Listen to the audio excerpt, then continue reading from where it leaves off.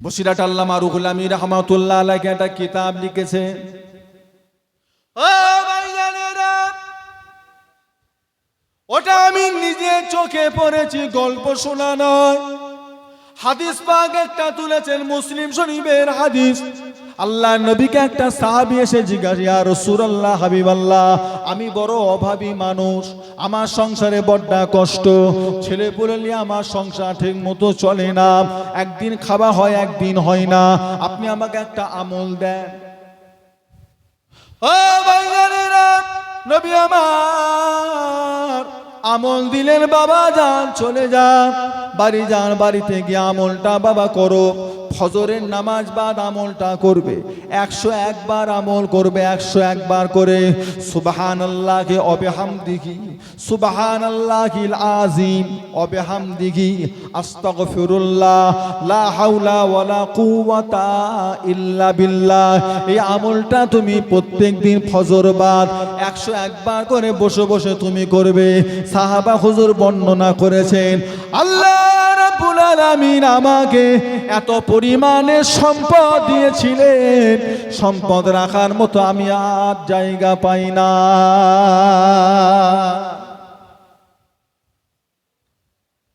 কোথায় ছুটছে না? আল্লাহর উপর যদি আপনার বিশ্বাস থাকে, সুবহানাল্লাহি ওয়া বিহামদিহি, সুবহানাল্লাহি ওয়া বিহামদিহি, আস্তাগফিরুল্লাহ, লা হাওলা ওয়ালা কুওয়াতা। ফজর বার কবার হালাল আল্লাহ ঠিক মিলাল। পাড়ায় পাড়ায় ঢুকে গেছে বন্ধন ব্যাংক, মহিলা সমিতি, গ্রুপ লোন।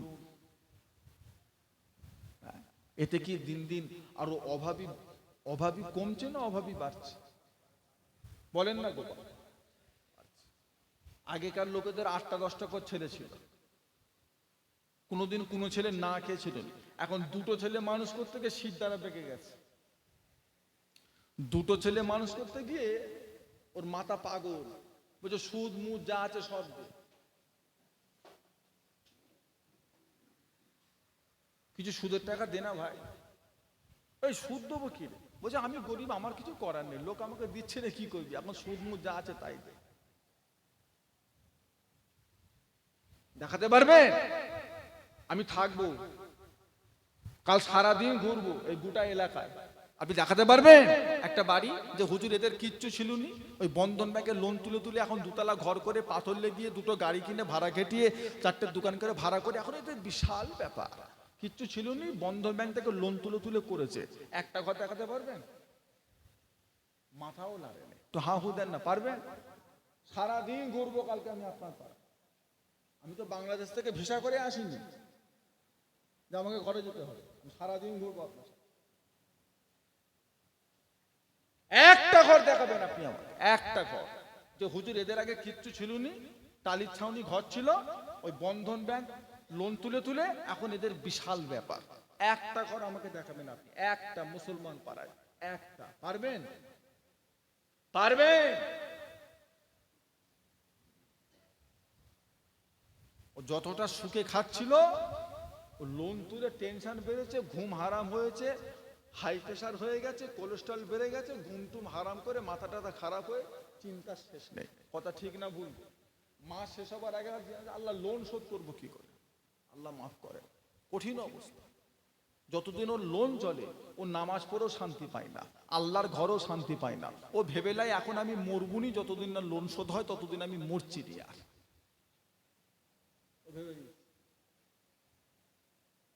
আর অভাবে অনাটনে আল্লাহ আপনাকে দিন দেন, আল্লাহ সুখে রাখেন, আপনি আল্লাহর কাছে চান।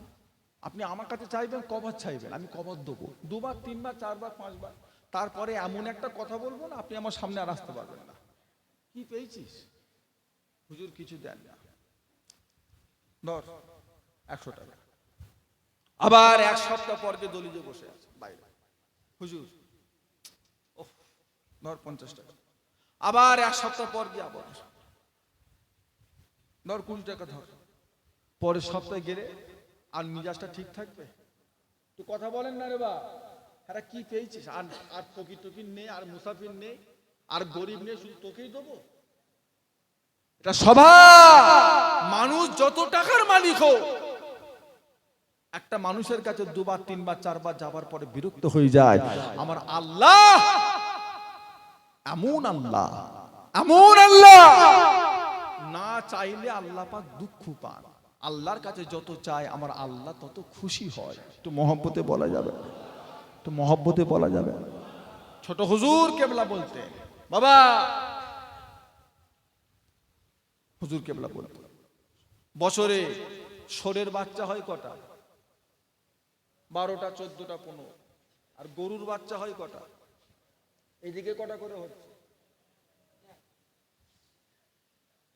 আর ষোঁড়ের বাচ্চা হয়? ষোঁড় কজন খায়? আশপাশে ষোঁড়ের কসাইখানা আছে? কুকুরের কসাইখানা আছে? কুকুরের বাচ্চা বছরে কটা হয়? 6টা 8টা হয়। আমি কম, সবচেয়ে কম 6টা ধরি। আর গরুর বাচ্চা? আশপাশে কুকুরের কসাইখানা আছে যে হুজুর এইখানে শুধু কুকুর জবাই হয়?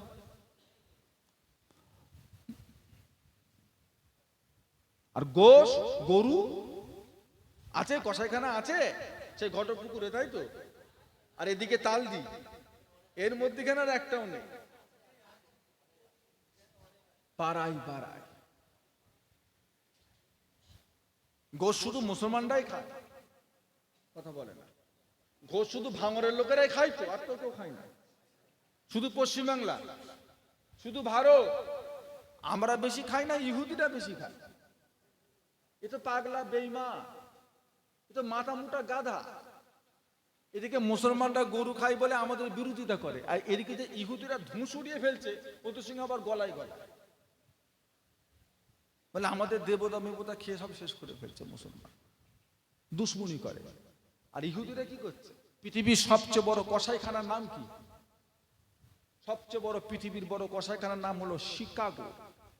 সেটা কোনো মুসলমান দেশে না, ওটা একটা ইহুদি খ্রিস্টানদের দেশে, শিকাগো। এক এক দিনে 25,000 করে গরু জবাই হয়, 25,000। আর উনি মুসলমানদের সঙ্গে দুশ্মনী করছে, আর এদিকে ইহুদিদের সাথে ভেতরে ভেতরে মাথা মোটা।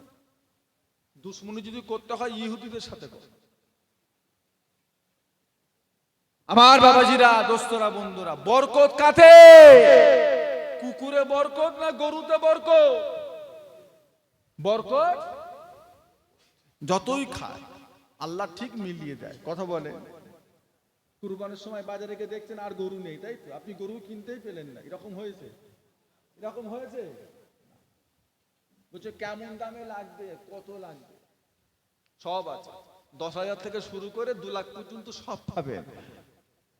আর বছরে যদি ছটা করে যদি কুকুরের বাচ্চা ধরি, 6টা করে, এই পাড়ায় যদি 3টে যদি কুকুর থাকে, 3টে কুকুর 1 বছর পর কটা হলো বলুন তো? 3 6, আর 2 বছর পর 18 দুগুণে। লাঠি ছাড়া হাঁটা যাবে? লাঠি ছাড়া হাঁটা যাবে? প্রত্যেকের কাছে একটা করে কি থাকতো বলুন তো? খেতো। বাইরে বেরোনো যেত না। লাঠি শুধু থাকতো না, লাঠি রাখা ফরজ হতো। জান বাঁচানো কি? লাঠি রাখা ফরজ হতো। কত ভ্যাকসিন নেবে? কুকুরে কামড়ালে, বিলাই কামড়ালে কি দেয়? ভ্যাকসিন দেয়। জলাতঙ্ক রোগ, কঠিন। আল্লাহ মাফ করেন, আল্লাহ মাফ করেন, আল্লাহ মাফ করেন, আল্লাহ মাফ করেন। আমার বাবাজিরা, দোয়া দরুদ অনেক আছে, তারপরও লেবে। তবে ইসলামিক দোয়া দরুদ আছে, আলেম ওলামাদের কাছে যাবে, অনেকে গুড় পরে দেয়, অনেকে চিনি পরে দেয়, অনেকে নুন পরে দেয়, তাই না? খাবে। তারপরও আমরা কমজোরি ইমানদার। হ্যাঁ, খেলুন তো, বিষ পানি হলো না রয়ে গেল, হলো না রয়ে গেল, আতঙ্কেই মরে যাবে। তাতে বাবা তুই হসপিটালে যা, বাবা তুই ভ্যাকসিন জানিয়ে। অনুনাজ্জিলু মিনাল কুরআনা মা হুয়া শিফা, অনুনাজ্জিলু মিনাল কুরআনা, আল্লাহ বলে আমি কোরআনকে নাযিল করেছি তোমাদের শিফা, সুস্থতার জন্য। একটু মহব্বতে বলা যাবে না? ডাক্তার দেখাবেন একটু লেটে, রোগ হলেই যেন ছোটেন না, আগে একটু কোরআন দিয়ে দেখেন, একটু কোরআন দিয়ে দেখেন, একটু ইমানটা মজবুত করেন। সেই তো গিয়ে 3 ঘন্টা বসে থাকতে হবে ডাক্তারখানায় গিয়ে, তারপর দেখবে ডাক্তার, তাও 5 মিনিট 7 মিনিট বার করে দেবে। বুঝলেন? একটু বাড়িতে কোরআন আছে, একটু খোলেন, একটু দেখেন, একটু চোখ বুলান। খবরদার আমার বাবাজিরা, হকের উপরে থাকেন, বরকত কে দেবে? আল্লাহ। সব দাও হবে না। আল্লাহর নবী হযরতে মুসা আলাইহিস সালাম একবার তুর পাহাড়ে যাচ্ছেন।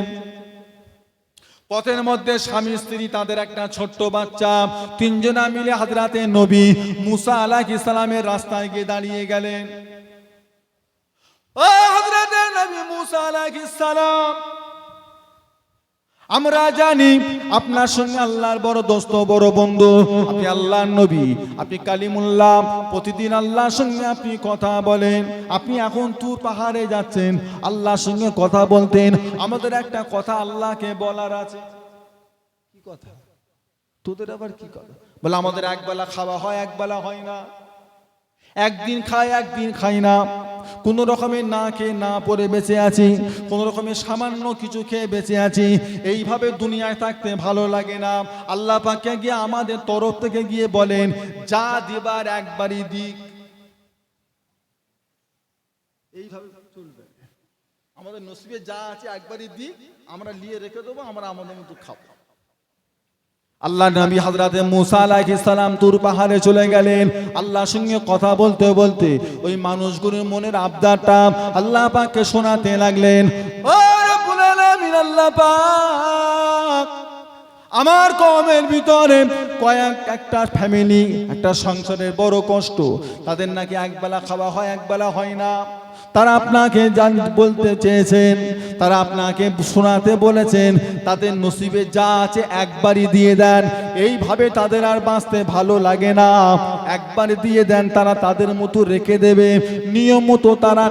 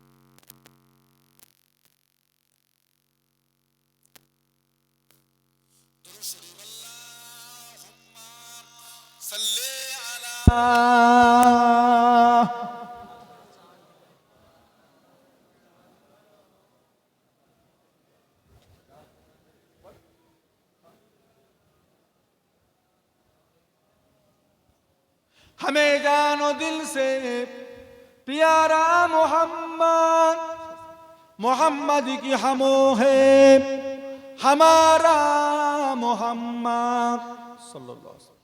जो आंखों में आए तो कब्र तक रहेगा ये पर्दा हमारा तुम्हारा मोहम्मद। अल्लाहुम्मा सल्ले अला। পাখার একটু ঘুরে যান তো আমার দিকে।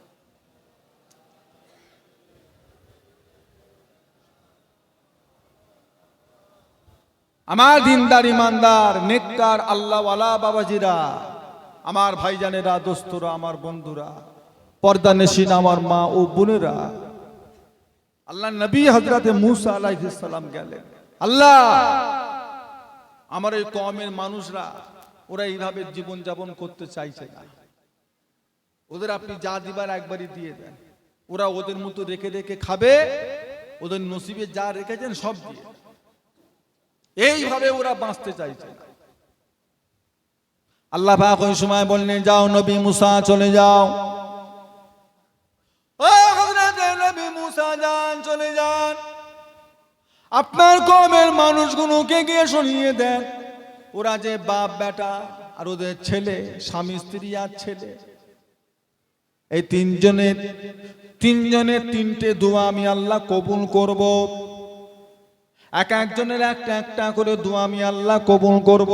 যারা গুনাহ করে না, যারা শয়তানি ধোঁকায় পড়ে না, যারা বিবাহ শাদী করে না, যাদের ভিতরে ছেলে মেয়ে বলে কিছুই নাই, যাদের অন্তরে রিয়া ফখর বলে কিছুই নাই, ফেরেশতা। কিসের তৈরি? কিসের তৈরি? না না নূর, নুয়ালিপ রে, কি হলো? নার মানে আগুন, আর নু অউ রে নূর, নূর মানে এটা কি? জ্যোতি। ফেরেশতা কিসের তৈরি? কথা বলেন। আল্লাহ আমাদের চোখে কি দিয়েছে? নূর দিয়েছে না নার দিয়েছে? আল্লাহ আমাদের চোখে জ্যোতি দিয়েছে না আগুন দিয়েছে? জ্যোতি দিয়েছে। ফেরেশতারা কিসের তৈরি? নূরের তৈরি। কিন্তু ফেরেশতারা আল্লাহর কাছে দামি নয়, দামি হলাম আমরা। একটু মহব্বতে বলা যাবে না? আমরা গুনাহ করি, আমরা অন্যায় করি, আমরা রিয়া করি, আমরা ফকর করি, আমরা লোভ করি, আমরা শয়তানি ধোঁকায় কাজ করি, আমরা অসহসাও কাজ করি, আমরা আমাদের শরীরে যৌবনের খাসিয়াতে নোংরা কাজ করে ফেলি। ফেরেশতারা এই সমস্ত কাজ করে না, তারপরও মানুষ হলো আশরাফুল মখলুকাত। একটু মহব্বতে বলা যাবে না? 3 নাম্বার হলো ওয়া কুতুবিহি। কিসের প্রতি ঈমান? আল্লাহ রাব্বুল আলামিন আসমান থেকে মোট 104টি কিতাব নাযিল করেছেন। ও ভাইজানেরা, ওই 104টি কিতাবের ভিতরে আল্লাহ পাক 4টে কিতাবকে আল্লাহ বড় করে দিয়েছেন। একটা হলো তাওরাত, ইনজিল, জব্বুর ও ফুরকান। তাওরাত হযরতে নবী মুসা আলাইহিস সালামকে আল্লাহ দিয়েছিলেন, জব্বুর হযরতে নবী দাউদ আলাইহিস সালামকে আল্লাহ দিয়েছিলেন, ইনজিল হযরতে নবী নূহ আলাইহিস ঈসা আলাইহিস সালামকে আল্লাহ দিয়েছিলেন। এই 3টে কিতাবকেও মানতে হবে। আসমানি কিতাব বলে এগুলো হলো কিতাব। কোরআন শরীফটা কিতাব নয়, কোরআনকে কিতাবুল্লাহ বলা হয় না। কোরআন শরীফটা হলো কালামুল্লাহ, কোরআন শরীফটা হলো আল্লাহ পাকের কথা। জোরে বলো, কার কথা? আল্লাহর কথা। কালামুল্লাহ কার কথা? আমার আল্লাহ যেদিন থেকে আমার আল্লাহর কালামটাও, আমার আল্লাহ জীবনে ধ্বংস হবে না, আল্লাহর কোরআন জীবনও। তামাম পৃথিবী যত কোরআন আছে সব পুড়িয়ে মুড়িয়ে শেষ করে দাও, সমুদ্রে ফেলে দাও। আলেম উলামা হাফেজদের করে একটা দিন সময় দাও। পৃথিবীর সমস্ত ভাষী হাফেজ আছে, হাফেজ সাহেবরা তেলাওয়াত করবে আর আলেমরা বসে বসে লিখবে। এক একটা রাতে লক্ষ লক্ষ কোরআন আবার লেখা হয়ে যাবে। একটু মহব্বতে বলা, এ মিটানো যাবে না। ওই কোরআনের শুরু থেকে শেষ সমস্ত কথাটা হলো প্রত্যেকটা কথাকে মেনে নেওয়া। ইমানদারের 3 নম্বর ইমানের কাজ হলো আল্লাহর কোরআনের সমস্ত কথাগুলোকে মেনে নেওয়া। 4 নাম্বার হলো ওয়া রাসূলিহি। কাদের প্রতি ঈমান? শুধু আমার নবী না, সমস্ত নবী? সমস্ত। হযরতে নবী আদম থেকে শুরু করে আমার আপনার নবী, দয়ার নবী, নূর নবী, প্রতিটা নবীকে মেনে নেওয়া। ও ভাইজানেরা, শুধু নবী মানে বললে হবে না, নবীদের বিষয়ে জানতে হবে। নবীরা হলেন বেগুনাহ, নবীরা হলেন মাসুম, কোন নবীর জীবনে কোনো গুনাহ নাই। প্রতিটা নবীকে আল্লাহ গুনাহ থেকে পাক করেছেন, প্রতিটা নবী আল্লাহ পাক পবিত্র করেছেন, প্রতিটা নবীর শরীরের ঘাম পাক, প্রতিটা নবীর পেশাব পায়খানা পাক, প্রতিটা নবী হায়াতুন নবী, প্রতিটা নবীর লাশকে আল্লাহ রাব্বুল আলামিন তিনি তেনার কুদরতের দ্বারায় মাটির ভিতর আল্লাহ পাক টাটকা রেখে দিয়েছেন। ইন্নাল্লাহা হাররামা আলাল আরদে আনতাহা কোলা আসাদাল আম্বিয়া, প্রতিটা নবী আলাইহিমুস সালাম দিকে লাশ মুবারককে মাটির জন্য খাওয়া আল্লাহ রাব্বুল আলামিন হারাম করে দিয়েছেন। জোরে বলো, নবীদের লাশ মাটির জন্য খাওয়া ইতিহাস পাওয়া যায়। অনেক ওলি আল্লাহ পীর গৌস আল্লাহর মাহবুব বান্দাদেরও 2 বছর 10 বছর 10 বছর 20 বছর 50 বছর পর কবর খুঁড়ে গেছে, ধস পড়ে গেছে, দেখা গেছে লাশও টাটকা, কাফনও। ওলি আল্লাহদের যদি লাশ কফন টাটকা থাকে, নবীর বিষয়ে চিন্তা ভাবনা কি আপনার? একটু কথা বলেন না।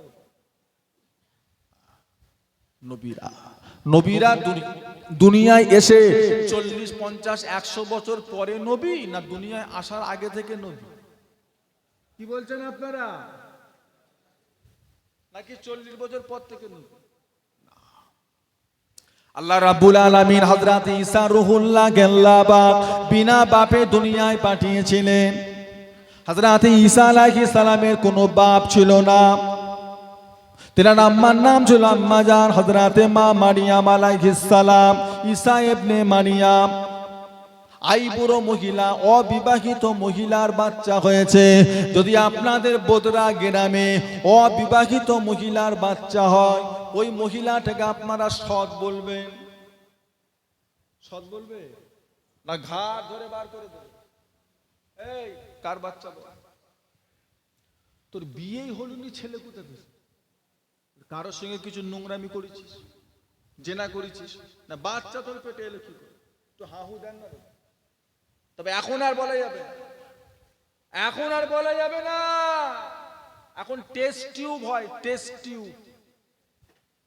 টেস্ট টিউব বোঝেন তো? হাহু দেন না রে। টেস্ট টিউব বোঝেন? টেস্ট টিউব 10 বছর বিয়ে হয়েছে, বাচ্চা হয় না। বাচ্চা পেটে আসে, নষ্ট হয়ে যায়। বাচ্চা পেটে আসে, নষ্ট হয়ে যায়। ডাক্তার দেখিয়েছে, ডাক্তার বলছে তোমার বইয়ের পেটে বাচ্চা থাকা সম্ভব না, ও থাইরয়েড বেশি, ওর ওভারিস্টে সিস্ট আছে, পেটে টিউমার আছে, বাচ্চা থাকবে না। কি করা যাবে? বলছে একটা কাজ করা যাবে। কি? আপনার শরীর থেকে শুক্রাণু নেবে, সিদ্ধা ইনজেকশন।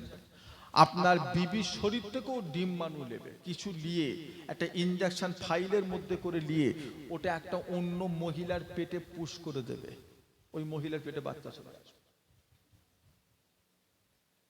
আমার কথা বুঝতে পারেন? আচ্ছা বলেন তো, এটা হালাল না হারাম? বুঝে শুনে বলছেন না আন্দাজে একটা ঢিল মেরে দিচ্ছে? এই যে টেস্ট টিউব বেবি যেটা হচ্ছে, এটা হালাল কাজ হচ্ছে না হারাম কাজ? এটা কোনো নোংরামি কিছু নেই যে এই মহিলা, এই পুরুষটার সাথে অমুক মহিলাকে থাকতে হচ্ছে, তাও না। ছেলের শরীর থেকে একটা জিনিস নিচ্ছে, আর আপনারই বইয়ের থেকে আরেকটা জিনিস নিয়ে দুটোকে একসঙ্গে মিক্স করে একটা থার্ড পার্সন একটা অন্য মহিলার পেটে ওই জিনিসটা পুশ করছে, মহিলাটা আস্তে আস্তে গর্ভবতী হয়ে যাচ্ছে। এই জিনিসটা শরিয়াতে হালাল না হারাম? এটা রাসূলুল্লাহর যুগে হতো? কথা বলেন না। সাহাবাদের যুগে হতো? বর্তমান যুগে কিছু মানুষ আছে বলে আমরা আহলে হাদিস, আমরা ইমাম টিমাম মানি না, ইজমা কিয়াস মানি না, নবী যেটা করেনি সেটা করব না, নবী যেটা করেছে সেটা করব, আমরা ইমাম টিমাম। আচ্ছা, এর দলিল দেওয়া সম্ভব? আপনি ইজমা কিয়াস যদি না মানেন, আপনার পক্ষে এর ফায়সালা বার করাটা কি সম্ভব? আমার ওয়াজ আপনারা বুঝতে পারছেন? সম্ভব কি? আপনার বইয়ের রক্ত কমে গেছে, আপনার বোনের বাচ্চা হওয়ার পর শরীরে রক্ত নেই, ডাক্তার বলছে তাড়াতাড়ি 2-4 বোতল রক্ত দিয়ে যায়, তাড়াতাড়ি লিয়া যেখানে পারিস। আপনি তাড়াতাড়ি করে ব্লাড ব্যাংক থেকে গিয়ে 2-4 বোতল রক্ত নিয়ে এসে আপনার বোনের শরীরে দিলেন। রক্তটা কার? আল্লাহওয়ালার রক্ত। মাতালা বলছে আল্লাহ, ওটা লেখা ছিল এটা আল্লাহওয়ালার রক্ত। কার? মুসলমানের রক্ত। একটু হাহু দেন না। মুসলমানের, ইমানদারের, গাঁজাখোরের, মাতালের, সুদখোরের, ঘুষখোরের, জিনাখোরের, শিয়া, সুন্নি, খারিজি, ইহুদি, রক্তটা কার? আপনি যে নিয়ে এসে টুক করে আপনার বইয়ের শরীরে দিয়ে দিলেন। আপনি যদি বলেন আমি এজমা কিয়াস মানি না, কোরআন হাদিস ছাড়া আমি চলবো না, আচ্ছা আপনি আপনার বইয়ের শরীরে যদি রক্ত কমে মারা যায় তারপরও আপনি রক্ত দিতে পারবেন? একটু হাহু দেন না। নবীর যুগে নেই, আমি করব না, তাহলে আপনার পক্ষে এই কাজটা করা সম্ভব? এজমা কিয়াস শরিয়াতের দলিল। শরিয়াত দাঁড়িয়ে আছে দুটো জিনিসের উপরে নয়, শরিয়াত দাঁড়িয়ে আছে 4টে জিনিসের উপরে, কোরআন হাদিস আর দুটো এজমা কিয়াস। যদি আপনি না মানেন আপনি বর্তমান জামানায় চলাফেরা করতে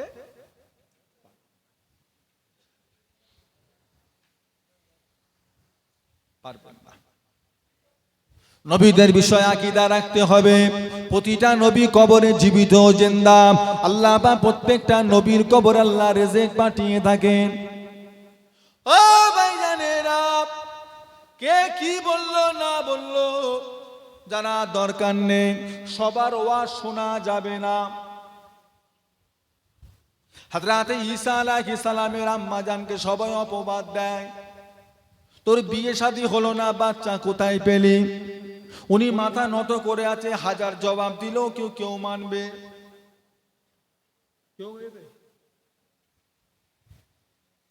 আল্লাহ রাব্বুল আলামিন 5 দিনের বাচ্চা হযরতে নবী ঈসা আলাইহিস সালামের জবান আল্লাহ খুলে দিলেন। জোরে বলুন।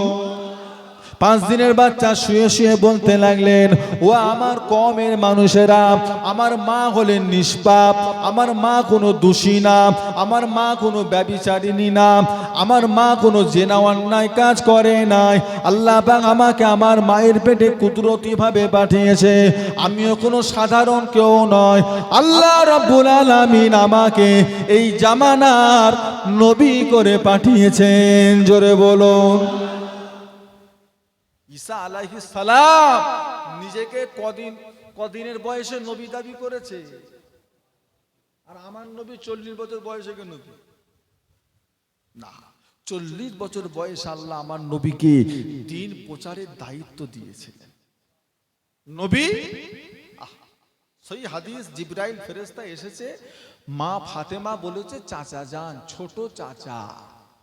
জিবরাইলের মনটা ছোট হয়ে গেছে, আমি ছোট, নবীর জন্ম হলো আমার সামনে আর আমি হয়ে গেলাম ছোট। আল্লাহ রাসূলকে জিজ্ঞাসা করলেন, হুজুর আপনার বয়স কত? ফাতেমা আমাকে বলছে ছোট চাচা। আমি নাকি ছোট আপনার থেকে? আমি তো বড়। তো আল্লাহ রাসূল বললেন, জিবরাইল আপনার বয়স কত? বলছে হুজুর বলতে পারবো না, আমার কোনো আইডিয়া নেই, তবে একটা মোটামুটি কথা আপনাকে বলতে পারবো। কি কথা? আল্লাহ পাক যেদিন আমাকে সৃষ্টি করেছিলেন সেদিন আমি আল্লাহর আরশের উপরে একটা নূর দেখেছিলাম। নূর, ওই নূর আমি একবার দেখি 70 বছর আমার থাকে না, 70 বছর পর ওই নূর আবার ফিরে আসে। এইভাবে আমি জিবরাইল ওই নূরটাকে 70,000 বার আমি দেখেছি। মোটামুটি আপনি হিসাব করে নেন তাহলে আমার বয়স কত। আল্লাহ রাসূল বললেন, তা ওই নূর তুমি 70,000 বার দেখেছো? জি হুজুর। আল্লাহ রাসূল বললেন, জিবরাইল যেই নূর তুমি 70,000 বার দেখেছো ওই নূরটাই হলাম আমি রাসূলুল্লাহ। তুমি হিসাব করে নাও আমার বয়স। আল্লাহ যখন কোনো মখলুককে সৃষ্টি করেনি তারও অনেক আগে আল্লাহ নূরে মুহাম্মাদীকে নবী হিসাবে আল্লাহ পাক কবুল করে নিয়েছিলেন। 40 বছর বয়সে আল্লাহ আমার নবীকে দায়িত্ব দিয়েছেন। আমার নবীর 40 বছরের পর থেকে ছাওয়া পড়তো না তা নয়, আমার নবীর জন্ম থেকেই আমার রাসূলুল্লাহ শরীরের কোনো ছায়া জমিন পড়তো না। একটু মহব্বতে বলা যাবে না? আমরা ওসিলা মানি। আমরা হজে গেলে আমরা রাসূলুল্লাহ দরবারে যাই, আমরা সেখানে দাঁড়িয়ে সালাম দিই, আর আমরা মানি আমাদের সালাম আমাদের নবী নিজে কানে শুনতে পাচ্ছেন। নাকি আপনারা মনে করেছেন কিছুটা এখন খেয়ে ফেলেছে পোকামাকড়? নাউযুবিল্লাহ। আমরা ওসিলা মানি। আপনাকে বলবো, আমরা যখন তরিকা যখন মস করি, তরিকা যখন বসি জিকিরের মাহফিলে, দেখবেন আমাদের মুরব্বীরা বলে, বাবারা চোখ বন্ধ করো, নিয়ত করো, আমি আমার কলবের দিকে মোতওয়াজে আছি, আমার কলব পীর সাহেব হুজুরের কলবের উসিলা হইয়া আল্লাহ পাকের আরশ পাকের দিকে মোতওয়াজে আছে। আল্লাহ পাকের আরশ পাক হইতে চিশতিয়া তরিকার নিসবাত অনুযায়ী এক জরবি জিকিরের ফায়েজ আমার কলবে আসুক, ইয়া আল্লাহ। এভাবে করায় না করায় না? ওসিলা দেয় না দেয় না? এখন আপনাকে বলবে একদল লোক, আচ্ছা আল্লাহকে ডাকবো আবার এত পেঁয়াজ পুঁচ কেন? এখান থেকে ওইখানে, ওখান থেকে সেইখানে, সেখান থেকে ও তো কি, আমাদের ছেলেটা সাধারণ ছেলে, এনাদের সেই বিষয় এলেম নেই। এই কথাটা যখন বলবে আল্লাহকে ডাকবো লা ইলাহা ইল্লাল্লাহ, লা ইলাহা, তো অত পেঁয়াজ করে কেন ডাকবো? আচ্ছা এই কথাটা যখন বলবে এদের মাথায় ঢুকবে না ঢুকবে? এরা তো একবার হলেও ভাববে সেই তো আল্লাহকে ডাকবো, আল্লাহকে ডাকবো, অত পেঁয়াজ পুঁচ কেন? মাথায় ঢুকবে না ঢুকবে না? এদের মধ্যে একটা চিন্তা ভাবনা আসবে না আসবে না? ওসিলা, এটা আমরা মানি, এটা আমরা মানি। হযরতে নবী আইয়ুব আলাইহিস সালামকে আল্লাহ পাক 12টা সন্তানের বাপ বানিয়েছিলেন। হযরতে নবী ইয়াকুব আলাইহিস সালামকে আল্লাহ পাক 12টা সন্তানের বাপ বানিয়েছিলেন। একটা বিবি ছিল 10টা সন্তান, আর একটা বিবি ছিল 2টো সন্তান। একটার নাম হলো হযরতে নবী ইউসুফ আলাইহিস সালাম, আর একটার নাম হলো হযরতে বনি ইয়ামিন। ও ভাইয়ানেরা, হযরতে নবী ইয়াকুব আলাইহিস সালাম ওনার সন্তান হযরতে নবী ইউসুফ আলাইহিস সালামকে বড় ভালোবাসতেন। যেখানে যেতেন সাথে করে নিয়ে যেতেন। বাপের আদরের ছেলে, মহব্বতের ছেলে, বড় কাছের ছেলে, বড় আদর করতেন। 10টা ছেলে সহ্য হলো না, বাপ শুধু ইউসুফকেই ভালোবাসে, ইউসুফকেই কাছে ডাকে, ইউসুফের সাথে গল্প করে, ইউসুফকে লক্ষ্য করে। আমাদেরকে বা মহব্বত করে না, যেমন হোক করে বাপের কাছ থেকে ইউসুফকে সরাতে হবে। বড় চালাকি করে নিজেরা আলোচনা করে বাপের কাছ থেকে হযরতে নবী ইউসুফ আলাইহিস সালামকে নিয়ে গেলেন। খেলার নাম করে জঙ্গলে নিয়ে চলে গেলেন। জঙ্গলে নিয়ে গিয়ে জামা কাপড় খুলে উলঙ্গ করে দিলেন, উলঙ্গ করে কুয়ায় ফেলে দিলেন। ছোট একটা বকরিকে জব করে দিয়ে রক্তগুনাকে নিয়ে হযরতে নবী ইউসুফ আলাইহিস সালামের জামা কাপড়ে মাখিয়ে দিয়ে বাপের কাছে এসে বলতেন, আব্বা জান, ও আমার আব্বা জান, হযরতে নবী ইউসুফকে বাঘে খেয়ে ফেলেছে। এই হলো সে রক্ত মাখা জামা।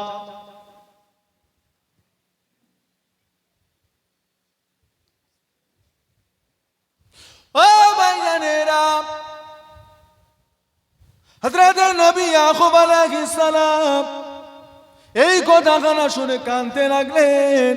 কেঁদে কেঁদে কেঁদে কেঁদে কেঁদে কেঁদে 2টো চোখে অন্ধ হয়ে গেলেন। ঘটনা বিশাল বড়, ঘটনা বিশাল বড়। আল্লাহ রাব্বুল আলামিন হযরতে নবী ইউসুফ আলাইহিস সালামকে যে কোনো ভাবে আল্লাহ পাক মিশরের বাদশার বাড়ির গোলাম বানিয়ে দিলেন। যে কোনো ভাবে আল্লাহ রাব্বুল আলামিন হযরতে নবী ইউসুফ আলাইহিস সালামকে মিশরের বাদশা বানিয়ে দিলেন। জোরে বলুন, একটু মহব্বতে বলুন না। মিশরের জমিনে খরা দেখা দিল, খরা, চাষবাস নাই, পানি নাই, জমিন ফেটে গিয়েছে, খরা। চতুর্দিকে মানুষ হাহাকার পড়ে গেছে। হযরতে নবী ইউসুফ আলাইহিস সালাম রাজ দরবার থেকে ঘোষণা করে দিলেন, যার যেটা যা প্রয়োজন আমি দেবো, তারা যেন আমার কাছ থেকে নিয়ে যায়। কথায় কথায় কথা সারা শহর গ্রামগঞ্জ এলাকায় হয়ে গেল।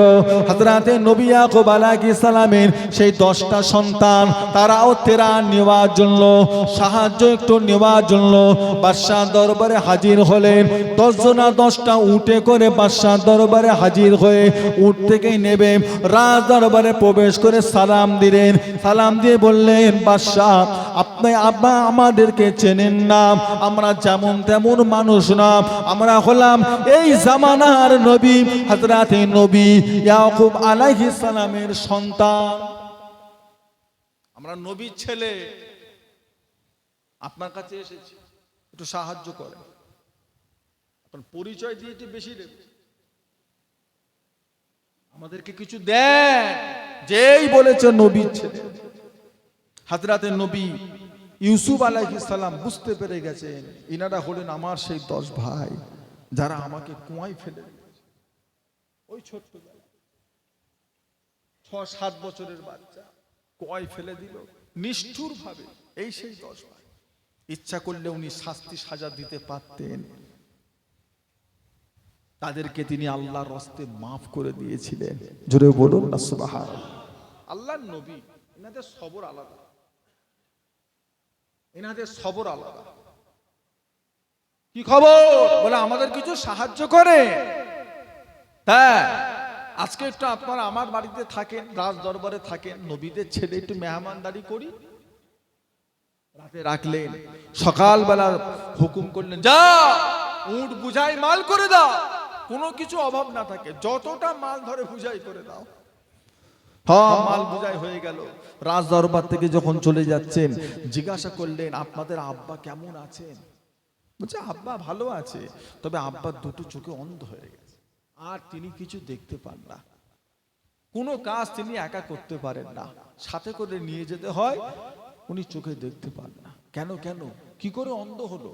আর বলবেন না, আমাদের একটা ছোট ভাই ছিল, নাম ছিল ইউসুফ, তাকে জঙ্গলে নিয়ে গেছিলাম খেলাধুলা করতে, বাঘে খেয়ে ফেলেছে, আর সেই দুঃখে কষ্টে কেঁদে কেঁদে আব্বা অন্ধ হয়ে গেছে। বলছে আপনারা একটু থামেন, আপনারা একটু অপেক্ষা করেন। হযরতে নবী ইউসুফ আলাইহিস সালাম রাজ দরবারে প্রবেশ করলেন, নিজের একটা পরনা জামা নিয়ে হাজির হলেন। ও ভাইজানেরা, নিজের একটা পরনের জামা নিয়েছে, 10 ভাইয়ের হাতে তুলে দিলে, বলে যান, চলে যান, এই জামাটা নিয়ে যান, এই জামাটা নিয়ে গিয়ে আপনাদের আব্বা হযরতে নবী ইয়াকুব আলাইহিস সালামের চোখে একবার বুলিয়ে দেবেন। জামাটা নিয়ে যান।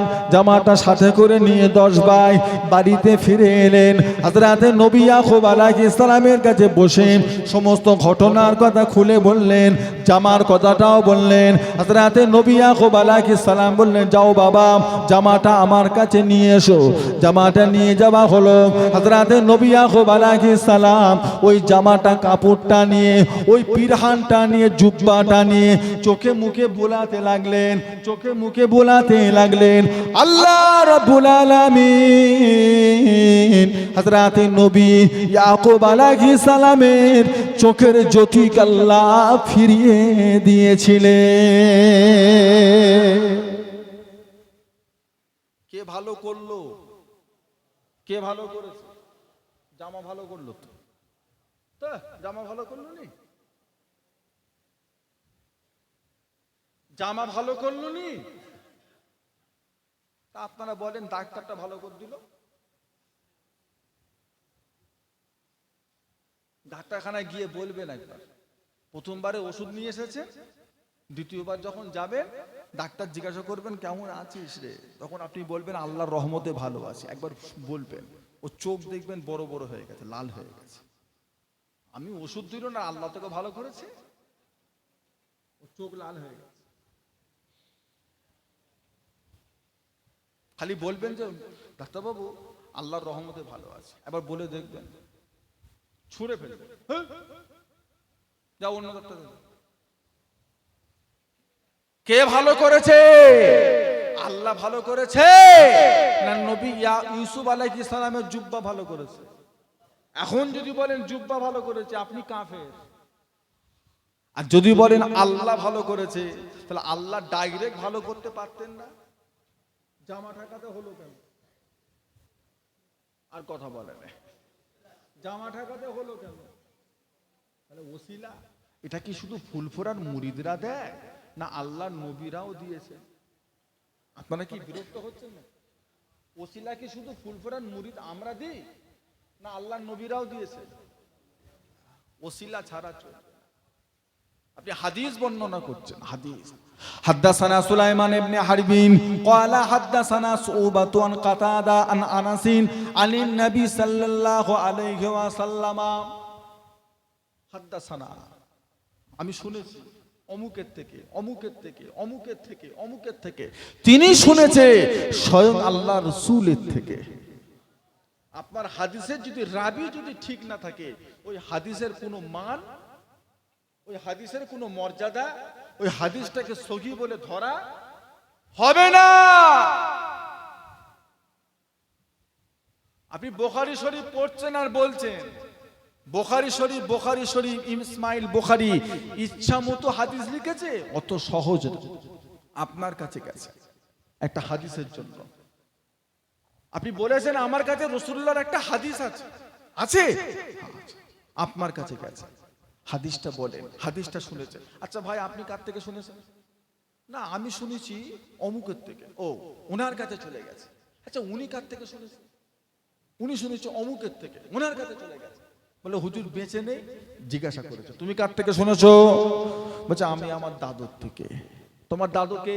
না অমুক। দাদু সম্পর্কে গ্রামে খবর দিয়েছো, দাদুটা কেমন, ভালো না মাতা? রাস্তাঘাটে বসে গল্প গুজব, চায়ের দোকানে বসে হই হই করতো, না মসজিদে বসে বসে আল্লাহর ইবাদত করতো?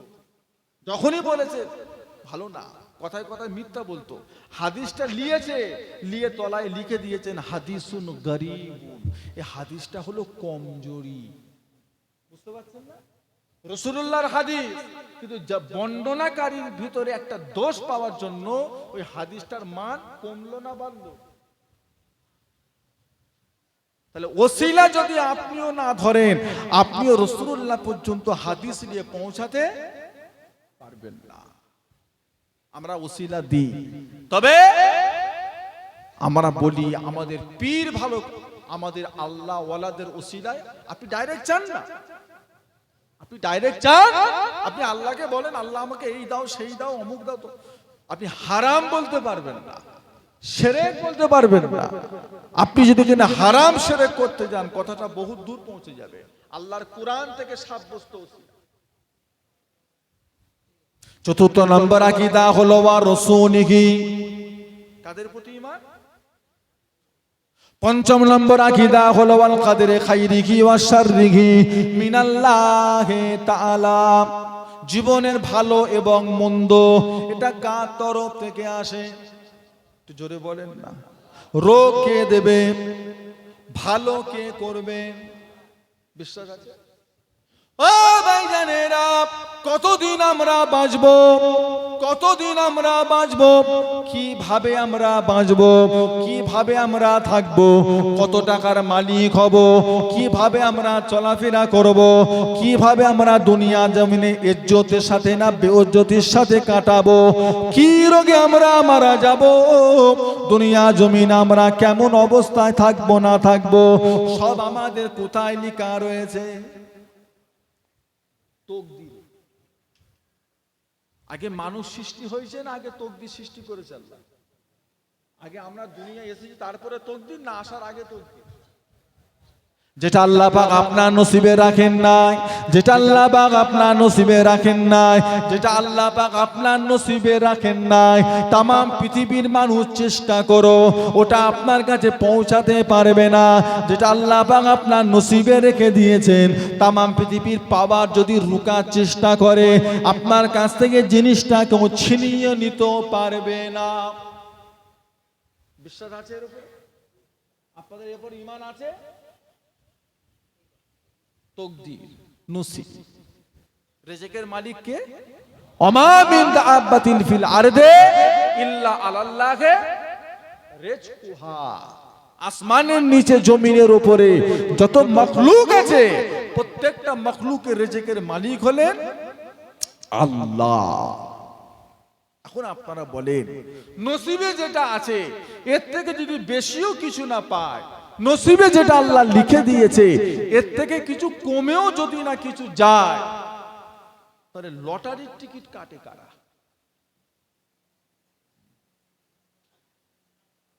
আপনারা কি ঘুমোচ্ছেন নাকি বলেন? লটারির টিকিট কাটে কারা? এখন বলেন আপনারা, আপনাদের বোধরায় কি লটারির দোকান আছে?